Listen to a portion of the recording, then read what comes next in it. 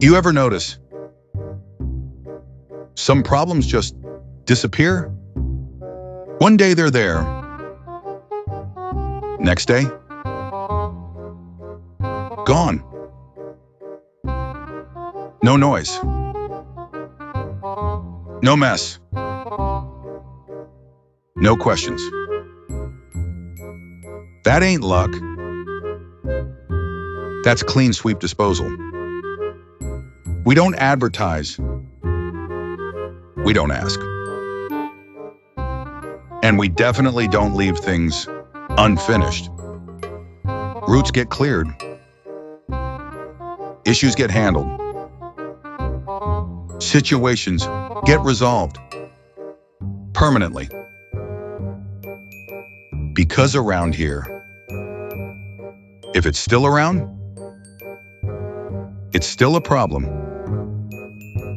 Clean sweep disposal. Out of sight, out of mind.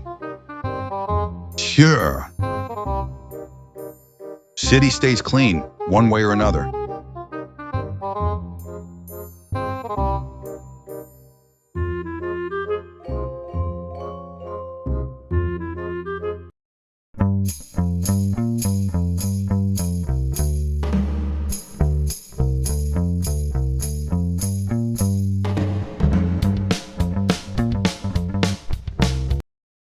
Grace Kelly, Monaco, the Mafia, and the Princess They Bought. A Pizzaverse Studios documentary.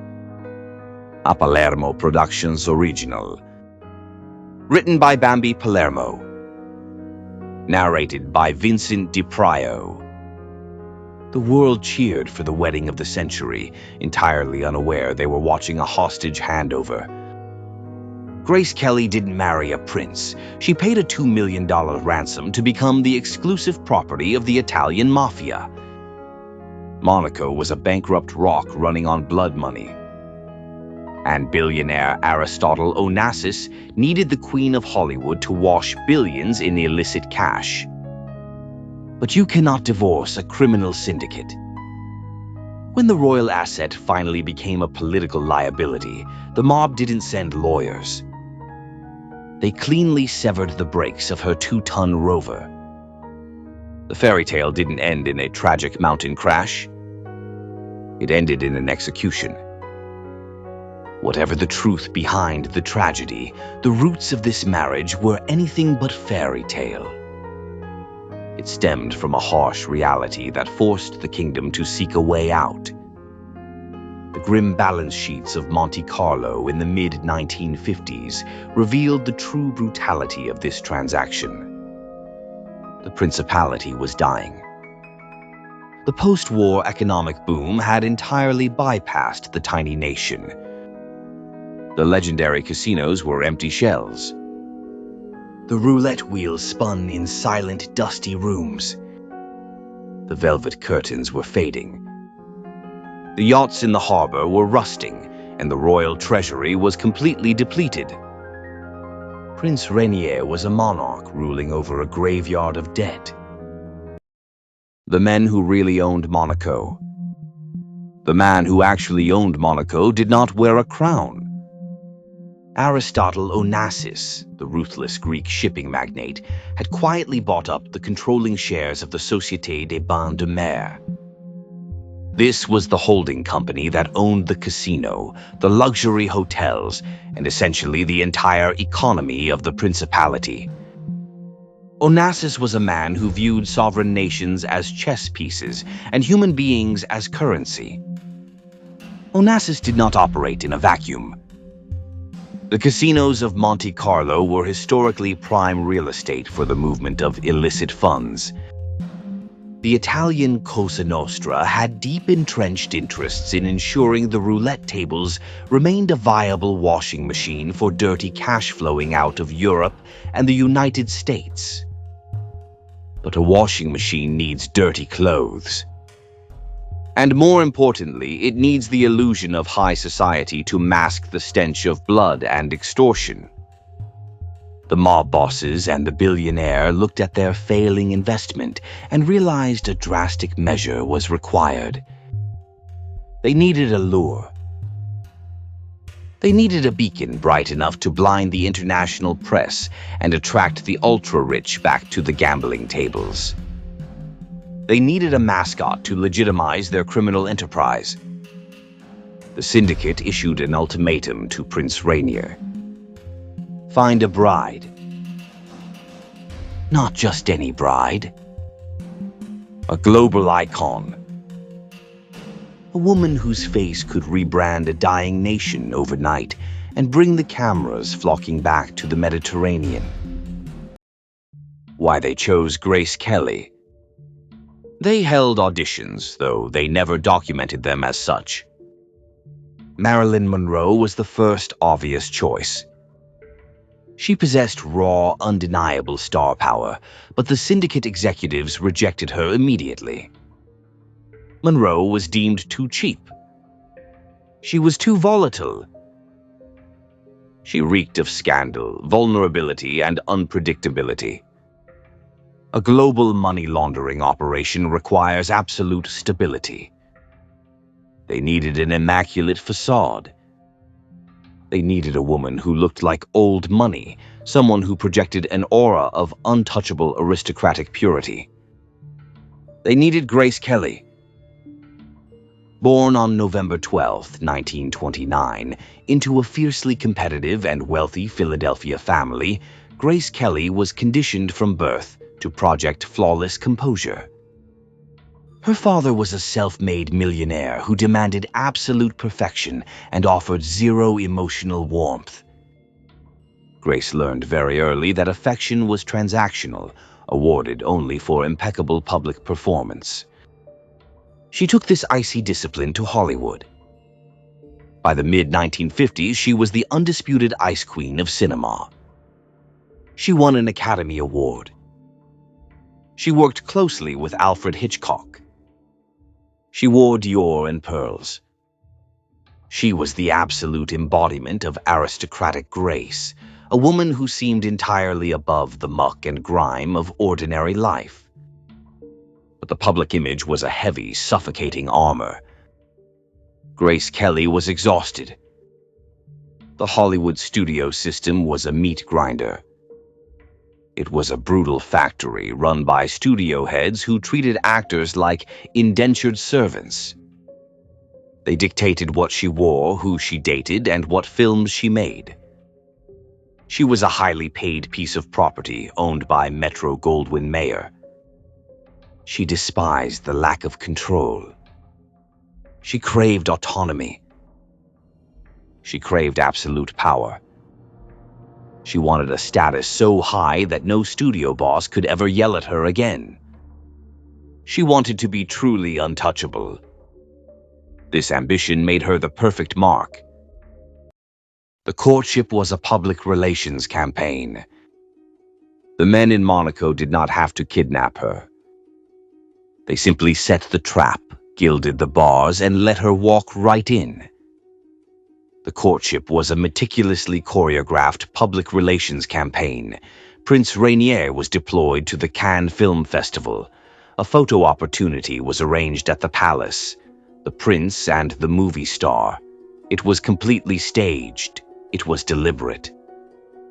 Rainier played the part of the lonely, dashing monarch looking for a queen. Grace played the part of the enchanted starlet swept off her feet.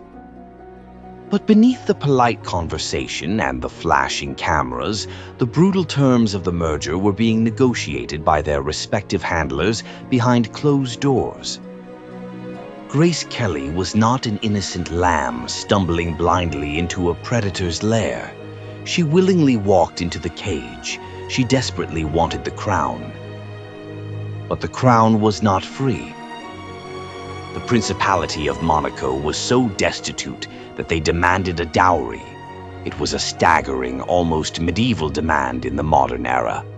The syndicate required a massive cash injection to seal the deal and prove her commitment.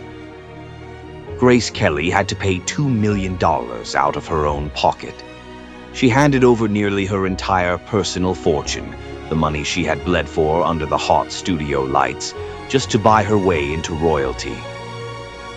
She believed the title of princess would grant her absolute sovereignty over her own life and permanently shield her from the studio bosses. Instead, the massive dowry financed her entry into a deeply restrictive institution. The wedding of the century.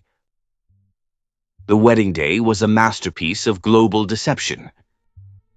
The newsreel cameras rolled, capturing the beautiful bride in her pearl-studded gown. The world celebrated the triumph of love. Archival footage of the wedding reveals a stark contrast. Beyond the flowers and the lace, the background was populated not just by royalty, but by figures like Aristotle Onassis, watching the ceremony with cold satisfaction. He was not witnessing a holy sacrament. He was watching an asset acquisition. He was watching his new multi-million-dollar mascot being branded. Grace Kelly stood at the altar and spoke her vows. She promised to love and obey. She did not know that she was signing a binding contract with the underworld. She thought she was marrying a man. She was actually marrying a syndicate. As the rings were exchanged, the steel trap snapped shut. The door to the outside world locked. The independent queen of Hollywood was dead. The exclusive property of Monte Carlo was born. The honeymoon yacht. The morning after the wedding of the century, the Mediterranean sun illuminated the pink facade of the prince's palace. Grace Kelly woke up a princess. She walked to the heavy glass windows and looked down at the courtyard. The guards stood at attention. The tourists gathered at the gates. She had achieved the ultimate elevation of status. She possessed a title that commanded global reverence. But the silence in the massive stone bedroom was absolute. It was the silence of a vault. The honeymoon was spent on a yacht. The yacht did not belong to Prince Rainier. It belonged to Aristotle Onassis. This was not a romantic gesture. It was a demonstration of ownership. The billionaire was reminding the newlywed couple who actually paid for the fuel. Grace sat on the polished deck. The sea breeze blew through her hair. She smiled for the photographers hovering in small boats nearby. But her husband spent hours below deck in hushed conversations with the Greek magnate and silent men in sharp suits. Grace was not invited to these meetings. She was the trophy sitting on the hood of the car. The men below were discussing the engine. They were discussing the flow of illicit capital. They were discussing how to leverage the flawless face of the woman sitting upstairs. The acting ban. When the yacht returned to port, the true nature of the contract was activated. Grace expected to resume her career. She was the most bankable star in the world. She had scripts waiting on her desk in California. She assumed her new royal status would simply give her unprecedented leverage over the studio bosses. She assumed she would dictate her own terms. She brought up her shooting schedule over dinner. Rainier did not argue. He simply stated the facts. There would be no more films. There would be no more acting. The career was over. Grace was stunned. She argued. She pleaded. She cited artistic integrity. She cited her passion for the craft. Rainier remained entirely cold. He explained that a princess of Monaco does not perform for the amusement of the working class. It was presented as a matter of royal protocol. It was a lie. The prohibition had nothing to do with aristocratic tradition. It had everything to do with the syndicate's concept of possession. The men who controlled the Monte Carlo casinos, the men connected to the Cosa Nostra and the international smuggling rings, did not view Grace Kelly as an artist. They viewed her as collateral. They viewed her as a highly expensive corporate asset. A criminal organization does not share its most valuable mascot with the general public. Allowing Grace to act in a Hollywood movie would mean allowing another director to control her image. It would mean allowing another corporation to profit from her face. It would dilute the brand. The Mafia operates on absolute exclusivity. A mob boss does not let his prized possession dance on a screen for strangers. He keeps her in a display case. He wears her on his arm to show his rivals his absolute power. The acting ban was not about protecting royal dignity. It was a violent territorial marker. It was a message to the world. She is ours. Nobody else can touch her. The casino bait. Grace realized she had fundamentally misunderstood the transaction. She thought she had outsmarted Hollywood. She thought she had bought her way out of the studio meat grinder. She had actually sold herself into a much darker servitude. She had emptied her personal fortune for the privilege of a title. Her hard-earned Hollywood wealth was gone, absorbed into the bankrupt treasury of Monaco, leaving her entirely financially dependent on a regime heavily influenced by shadow investors. She had traded Jack Warner for Aristotle Onassis. Warner wanted box office receipts. Onassis wanted a human shield for a global money laundering operation. The mechanics of this operation required her constant participation. The Casino of Monte Carlo was the dark, beating heart of the principality. It was a massive financial centrifuge designed to take dirty money from Naples, from Palermo, from New York, and spin it until it looked clean. But a casino needs legitimate high rollers to mask the illicit transactions. It needs billionaires and aristocrats to provide cover for the drug lords and the extortionists. This is where Grace Kelly earned her keep. Every evening she was required to dress in haute couture. She was required to wear millions of dollars in diamonds. She was required to descend the grand staircase of the casino. Her mere presence altered the atmosphere of the room. The moment she entered the gambling hall, the air shifted. The tourists gasped. The legitimate businessmen puffed their chests. The true power brokers, the men in the shadows, nodded in quiet satisfaction. Grace would sit at a baccarat table. She would smile her perfect icy smile. She would place a few chips on the green felt. Her pristine image provided the perfect cover for laundering illicit funds. Her flawless reputation acted as a sanitizing agent. The wealthy industrialists from London and Paris flocked to the tables just to breathe the same air as the Hollywood princess. They dropped massive sums of money, and right beside them, the couriers for the Cosa Nostra were dropping briefcases of cash. The legitimate money and the blood money mixed together on the tables under the glittering chandeliers. When the casino deposited the night's earnings into the Swiss bank accounts, the origins of the funds were untraceable. The blood was washed away by the sheer glamour of the event.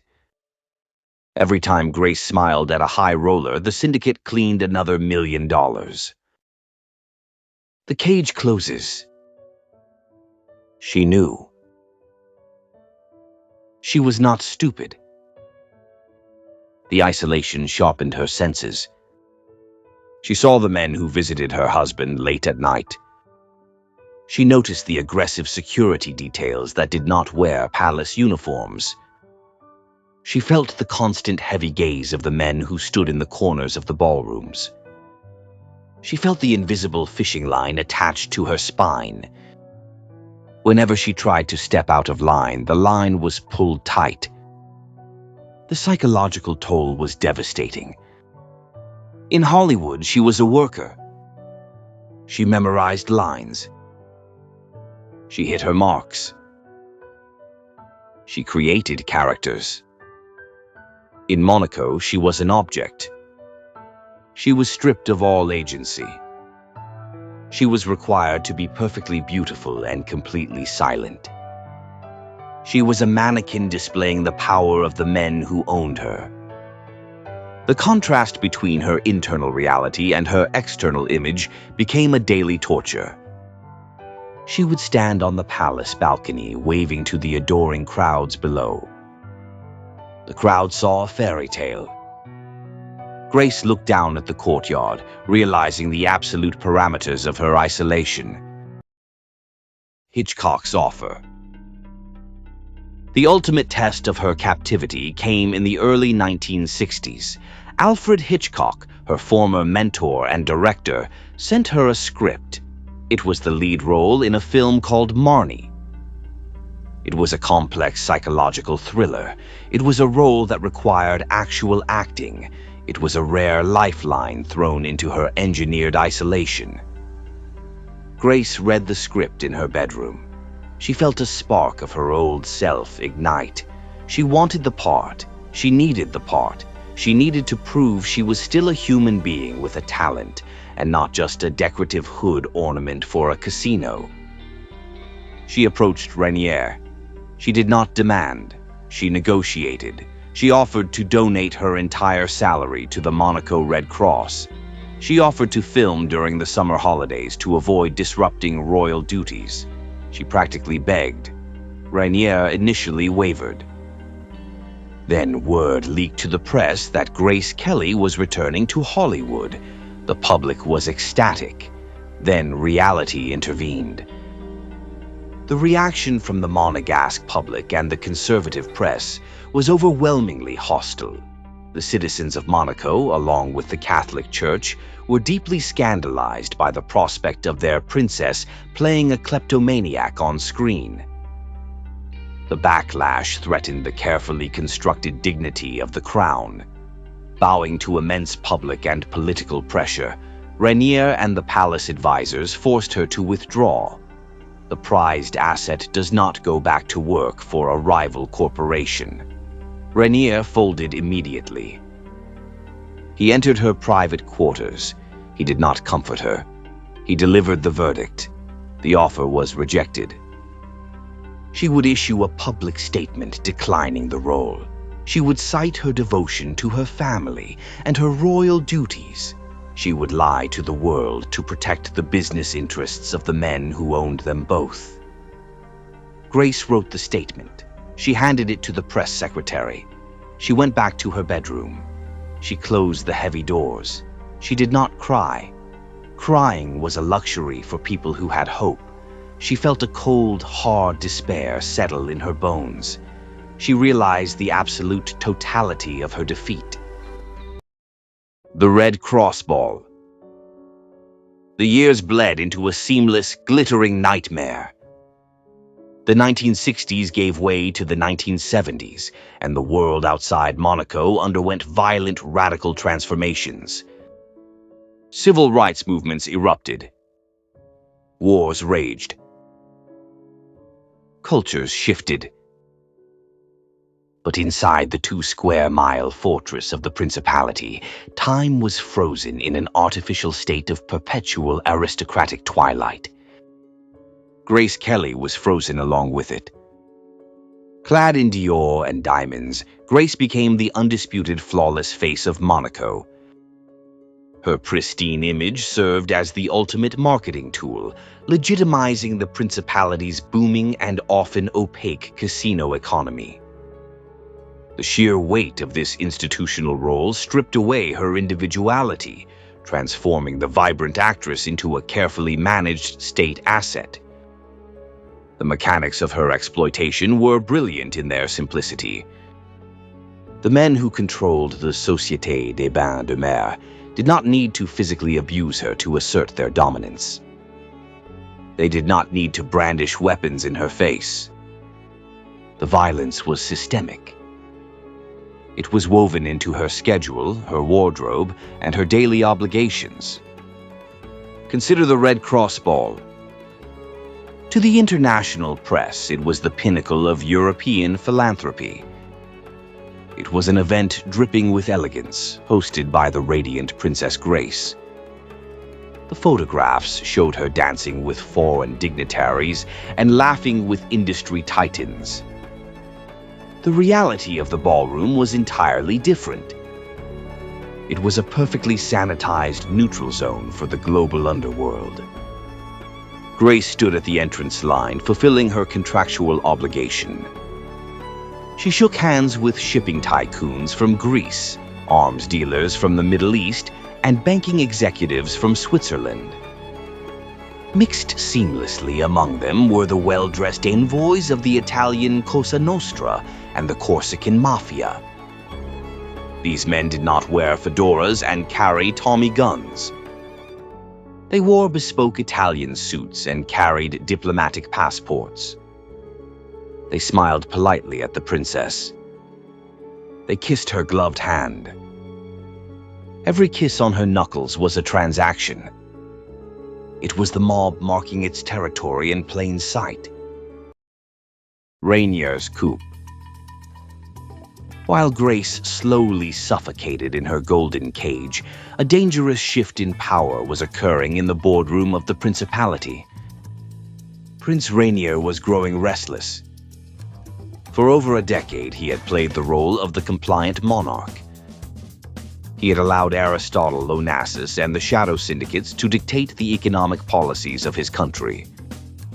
He had allowed them to use his wife as a billboard. He had accepted the humiliation in exchange for the financial salvation of his throne. But Rainier was an arrogant man. The influx of capital had successfully stabilized Monaco. The country was wealthy again. The real estate market was booming. The banks were overflowing. Rainier looked at the thriving economy and decided he no longer needed the training wheels. He resented Onassis. He hated being a junior partner in his own kingdom. He wanted absolute control. In the late 1960s, Rainier initiated a highly aggressive and incredibly dangerous corporate coup. He maneuvered the government to create new shares in the Société des Bains de Mer, effectively diluting Onassis's controlling interest. It was a brutal public eviction. Onassis was furious. He took the matter to the Supreme Court of Monaco, a court controlled entirely by Rainier. Onassis lost. He was forced to sell his shares back to the principality. Rainier celebrated. He thought he had won. He thought he had expelled the dark elements from his country. He was catastrophically naive. Expelling a legitimate, albeit ruthless, businessman like Onassis was one thing. Expelling the entrenched networks of the Cosa Nostra and the Corsican Mafia was an entirely different proposition. Onassis had been a buffer. He had managed the criminal elements, keeping them organized and relatively discreet. When Onassis left, he created a massive power vacuum. The underworld did not pack up and leave with him. They entrenched themselves deeper. The Invisible War. The syndicates viewed Rainier's move not as a liberation, but as a hostile takeover attempt of their laundering facilities. They had invested millions in the infrastructure of Monte Carlo. They had utilized the princess to legitimize their operations globally.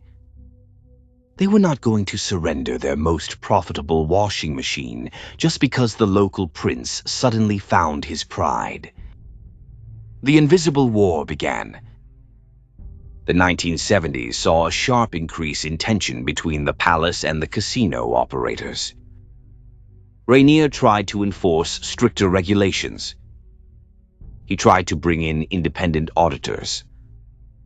He attempted to pivot the economy away from gambling and toward legitimate international banking and real estate development. Every move he made threatened the core revenue streams of the Mafia. The syndicates responded with typical chilling efficiency. They did not declare open war. They sent messages. There were sudden, inexplicable labor strikes at the luxury hotels. There were mysterious fires at construction sites funded by the crown. Key financial advisors to the prince suffered sudden fatal heart attacks or fatal car accidents on the winding mountain roads of the French Riviera. The message was clear. We own the plumbing of this country. If you try to shut off the water, we will burn the house down. Grace was caught directly in the crossfire. For the first 15 years of her marriage, she was a highly valued asset. She was protected because she was profitable. But as Rainier initiated his war against the syndicates, her value shifted. She was no longer just a mascot. She was leverage. The final decision. The Mafia operates on the principle of vulnerability. When negotiating with an adversary, you identify what they value most, and you hold it hostage. Rainier valued his throne, but he also valued the global reputation of his dynasty.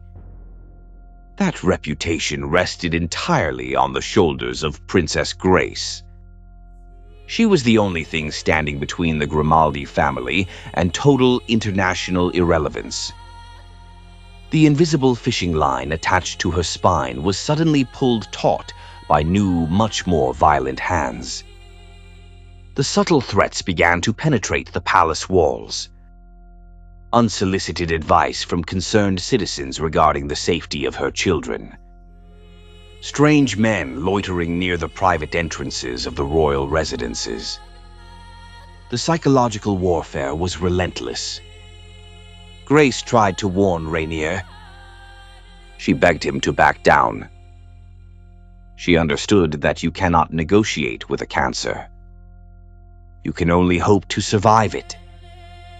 But Rainier was blinded by his own hubris. He believed his sovereign immunity protected him.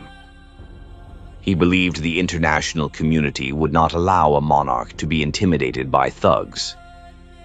He underestimated the absolute ruthlessness of men who operate entirely outside the boundaries of human morality. The tension peaked in the early 1980s.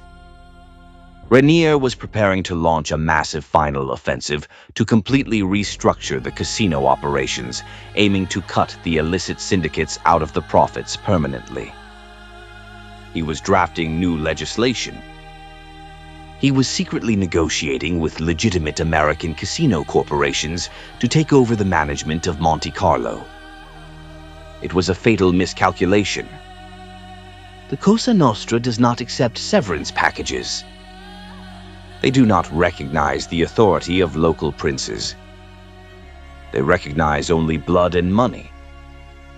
The decision was made. A message had to be delivered to the Prince of Monaco. They could not kill Rainier. Assassinating a reigning European monarch would trigger an international geopolitical crisis. It would bring the combined weight of Interpol, French intelligence, and American authorities crashing down on their operations. They needed a target that would destroy the prince emotionally and politically without triggering a global war. They needed to destroy the very foundation of his public image. They needed to shatter the fairy tale. They looked at Grace Kelly. She had transformed instantly from prized asset into acceptable collateral damage. September 1982. The summer of 1982 was unusually oppressive. A heavy, stagnant heat hung over the Mediterranean. Grace felt a creeping, suffocating dread. She became increasingly paranoid. She refused to employ the standard royal drivers, preferring to drive herself. She altered her daily routines. She was a woman who knew she was being hunted, but could not see the hunters. She was trapped on a 2-square-mile rock, surrounded by enemies disguised as courtiers and businessmen. The executioners did not plan a public shooting. A bullet fired in the streets of Monaco would force the French police and international authorities to launch a massive homicide investigation. It would disrupt the lucrative casino operations. It would cause a global diplomatic incident. The syndicate required a surgical strike. They needed a death that looked entirely mundane.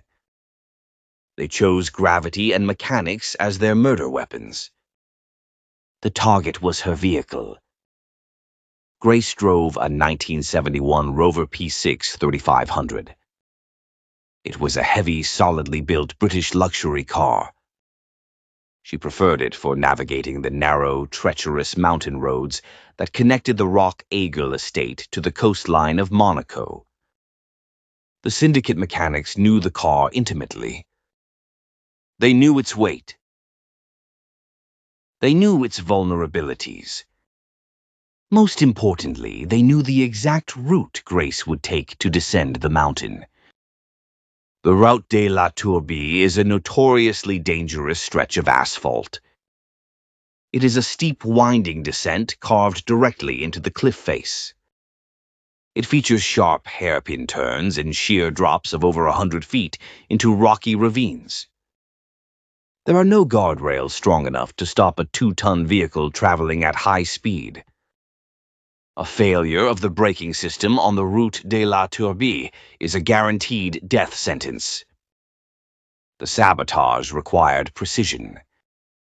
The Rover P6 3500 was equipped with a dual-circuit braking system. In a dual-circuit system, the front brakes and the rear brakes operate on completely independent hydraulic lines. If the primary line fails or ruptures, the secondary line immediately engages, providing the driver with enough stopping power to halt the vehicle safely.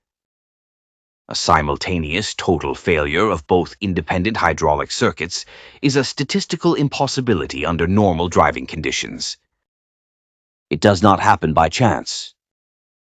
It happens by design. To completely disable the stopping power of a Rover P6, an individual must physically access the undercarriage and intentionally sever or bleed both the primary and secondary brake lines. It is a deliberate act of sabotage. It is a highly calculated method of murder. The crash. The morning of September 13, 1982, began with the mundane choreography of royal life. Grace and her 17-year-old daughter Stephanie were preparing to return to the palace in Monaco. The autumn season was beginning. The schedule was filling up with charity galas and state dinners. Grace was packing her dresses. She laid out large, heavy evening gowns and hat boxes. The royal chauffeur, Rene Giuliani, brought the Rover up to the front entrance of the farmhouse. He saw the sheer volume of luggage. He offered to drive. Grace refused. She was adamant.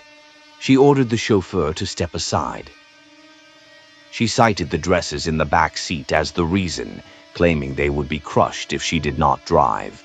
But the underlying reality was her deep, unshakable paranoia. She did not trust the man in the uniform. She did not trust anyone employed by the state. Her husband was currently turning Monaco into a battlefield. She wanted her hands on the wheel. She believed she was protecting her daughter by taking control of the machine. She drove the Rover out of the gates of Rock Aigle. The trap was sprung. The descent began. They approached the most treacherous section of the Route de la Tourbie, the steep downward gradient leading directly into a massive sharp hairpin turn known to the locals as the Devil's Curse. Grace pressed her foot against the brake pedal. The pedal offered no resistance. It sank completely to the floorboard. There was no hydraulic pressure. There was no mechanical bite. The dual circuit system was dead. The primary line was severed. The secondary line was severed. The machine was no longer a car. It was a 2-ton missile accelerating down a steep incline, propelled entirely by gravity. Grace pumped the pedal frantically. She ripped at the emergency handbrake. The mechanical linkages had been neutralized. The vehicle continued to gain speed. The hairpin turn rushed toward them with terrifying velocity. Directly behind the Royal Rover, a large commercial truck was navigating the same descent. The driver of the truck, Yves Philippot, had a clear, unobstructed view of the back of Grace's vehicle. He became the most important forensic witness to the assassination. He stated categorically to the French police that the brake lights on the Rover never illuminated, not for a single fraction of a second. The back of the car remained entirely dark as it hurtled toward the cliff edge. This detail is paramount. Brake lights are operated by a simple electrical switch connected directly to the brake pedal. If a driver suffers a sudden medical emergency, their foot naturally drops onto the pedal and the lights flash. But the brake lights never illuminated. This suggests the electrical system connected to the brakes had also been disabled, or that the pedal linkage itself had been physically detached. The vehicle slammed through the retaining wall and plunged 120 feet down the sheer rock face. It smashed through trees. It slammed into jagged boulders. The roof crushed inward. The cabin was obliterated. The Cosa Nostra had delivered their message. They had bypassed the palace walls. They had reached into the private sanctuary of the royal family and annihilated their most valuable asset.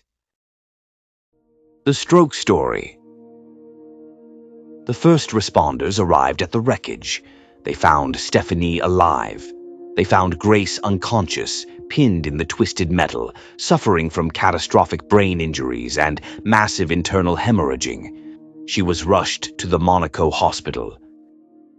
Back at the palace, Prince Rainier received the news. He knew exactly what the crushed car meant. He knew this was not an act of God.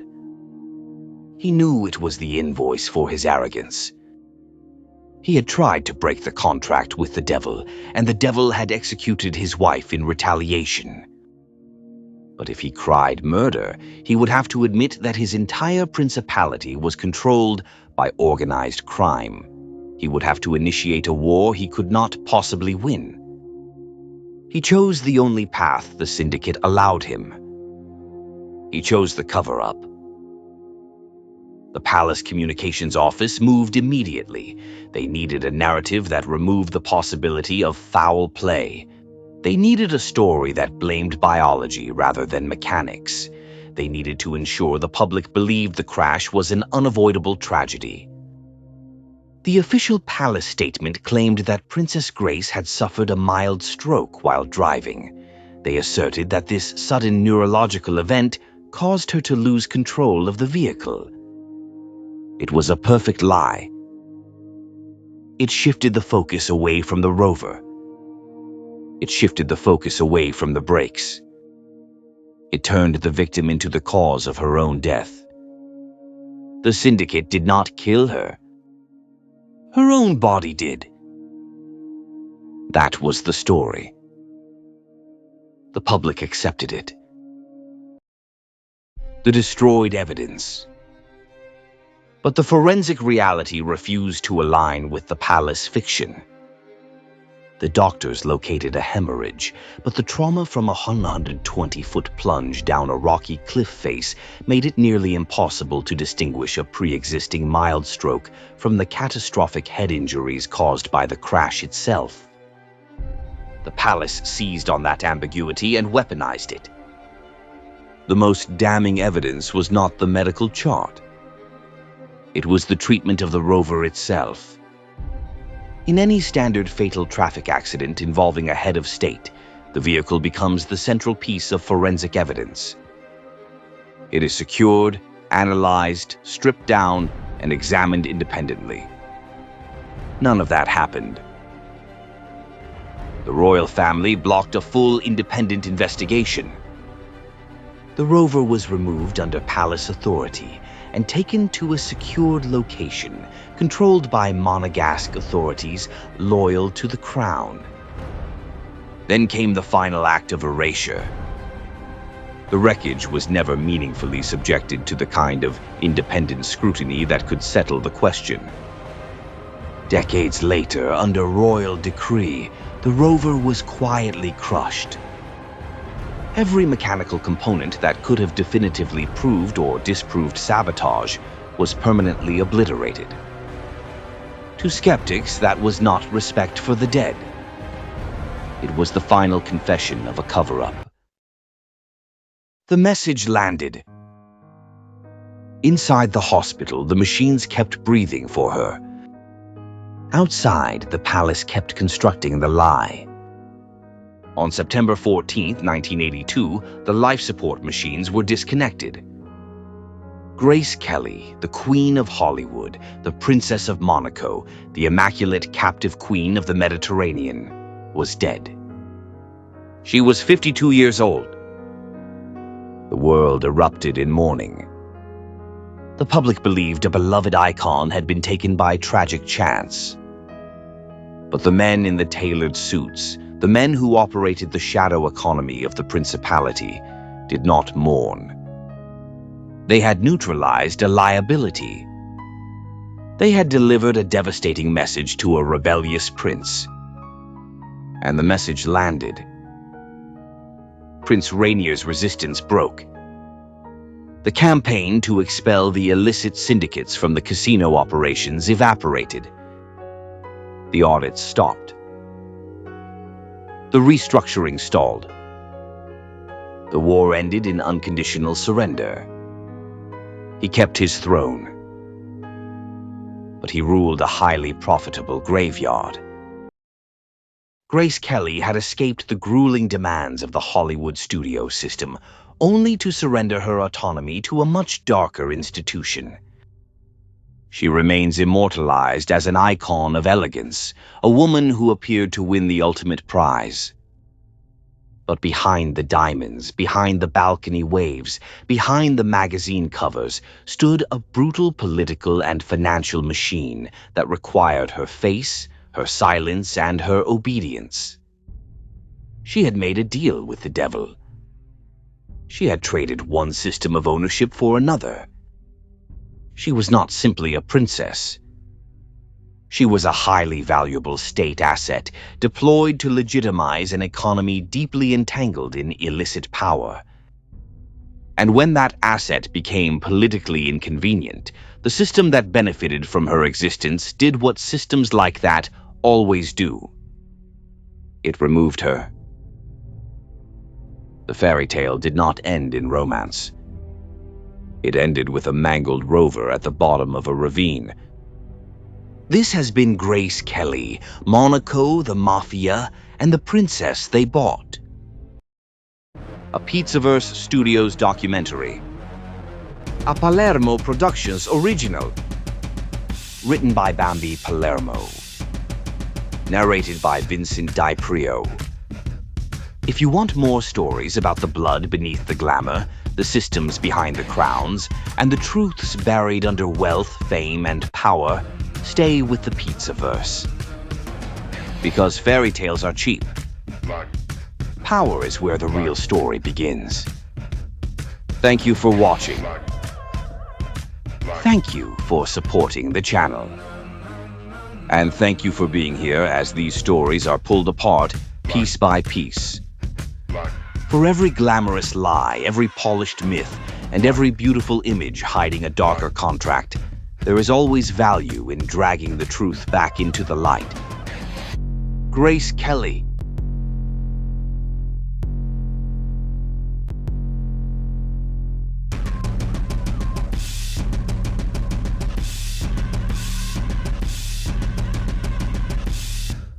Prince Rainier III.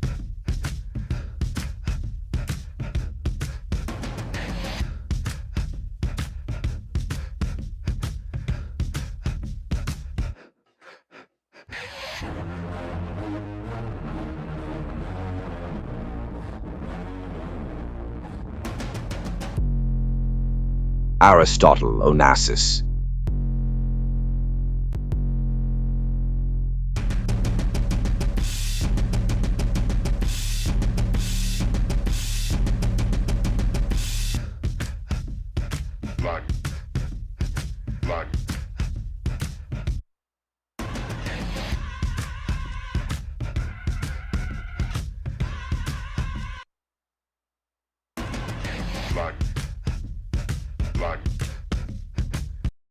You ever wake up in a hotel room with no pants, a fake passport, and 3 missed calls from your ex-wife and your parole officer? Yeah? Then you need alibi shades. Courtrooms, backdoor meeting, or the back of a police car. Developed by the same guys who invented selective memory, these shades are designed to block flashbangs, questions, eye contact with snitches, the crushing weight of moral responsibility. Alibi shades. I ain't seen nothing, officer, just the sunrise and my manicure. Alibi shades in interrogation black, snitch-proof smoke, and witness protection chrome. Alibi shades for when you gotta look the DA dead in the face and say, never met the guy. Available at Lou Carboni's Pawn and Optometry, under Bambi's mattress and select glove compartments in Newark.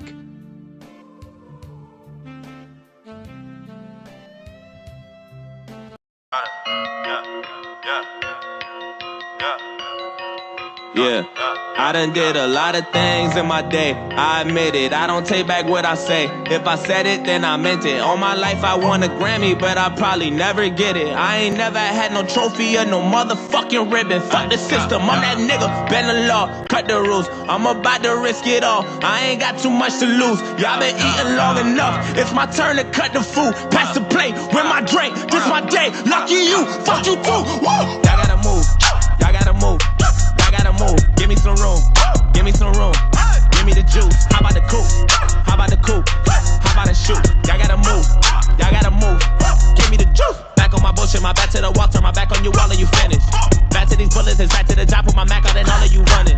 Back on my hood shit, it's back to the pushing, these taxing, I'm actually pumping. Can't fuck with you rappers, you practically sucking. You might have went platinum, but that don't mean nothing. I'm actually buzzing this time. Straight out the kitchen, I told them the oven is mine. I do not fuck with you guys. If I don't kill you, just know you gon' suffer this time. I ain't no gangster, but I got some bangers, some chains and some blazing, a couple of nines. Choppers and jimmies, a partridge, a petri. My 20s and Christmas was nothing but lies. I run at you hot like a sumo. They say I talk like a chulo. I live in Mars, I'm not Bruno. Bitch, I'm a duck, call me Cujo. You play your cards, I reverse on you all, and I might just drop all like a Uno. Cállate boca, my home, they call it Obuto, and all of you culo. Never better to level up in the ghetto, looking for something I probably can never find now. Keep shit irrelevant till the beat die down. The stupid niggas just really want me tied down. I've been alone and I never needed nobody, just only me and my shawty. I tell these niggas to lie down. Keep all the money, I never wanted a lifestyle. But I pray to God I'm gonna be all right now. I said ain't no love for the other side or anyone who ever wants smoke.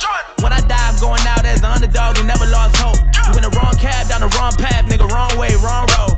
Snakes in the grass, trying to slither fast. I just bought a fucking lawnmower. I said a lot of things in my day. I admit it, this is payback in a way. I regret it that I did it. I done won a couple Grammys, but I sold my soul to get them. Wasn't in it for the trophies, just the fucking recognition. Fuck's the difference, I'm that cracker, been the law, fuck the rules. Man, I used to risk it all, now I got too much to lose. I've been eating long enough, man, my stomach should be full. I just ate, lick the plate, my buffet. Lucky me, fuck you think.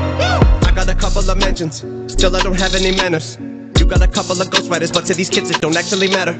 They're asking me what the fuck happened to hip-hop. I said I don't have any answers, cause I took a nap when I dropped my last album. It hurt me like hell, but I'm back on these rappers. And actually coming from humble beginnings, I'm somewhat uncomfortable winning. I wish I could say what a wonderful feeling. We're on the upswing like we're punching the ceiling, but nothing is feeling like anyone has any fucking ability to even stick to a subject. Is killing me, the inability to pin humility. Why don't we make a bunch of fucking songs about nothing and mumble and bucket? I'm going for the juggler, shit is a circus. You clowns that are coming up, don't give an ounce of a motherfucker about the ones that were here before you that made rap. This recap, way back, and tease that, recap on tape decks, 8 tats with a G-raps. That we need 3 stacks ASAP and bring that to the ace back, cause half of these rappers have brain damage. On a lean rapping, face tats syrupped out like tree sap. I don't hate trap and I don't wanna seem mad, but in fact, what I owe me at the same cat that would take that feedback and aim back. I need that, but I think it's that's inevitable. They know a button to press and whatever the pull to give me the snap though. And if I paid attention, I'm probably making it bigger, but you've been taking your dicks on a fucking backhoe. On the freaking minute, got me thinking of finishing everything with a seed of innocent and reaping the benefits. I'm asleep at the wheel again as I'm thinking about an evil intent of another beat. I'm a kill again. Cause even if I gotta end up eating a pill again, even ketamine and methamphetamine with a mini tin, it better be at least 70 or 300 milligram. And I might as well, cause I'ma end up being a villain again. Levels to the shit, I got an elevator. You could never say to me, I'm not a fucking record breaker. I sound like a broken record every time I break a record. Nobody could ever take away the legacy I made. I never gave a motherfucker, never got a right to be this way. I got spiked inside my DNA, but I roll till the wheels fall off. I'm working tirelessly, ayy. It's the moment y'all been waiting for, like California wishing rain to pour, and that drought y'all been praying for. My downfall, from the 8 Mile to the South Pass, to the same marshal, that outlaw that they say is a rider might have fell off. I'm back on that bull like the cowboy. So y'all gotta move, yeah,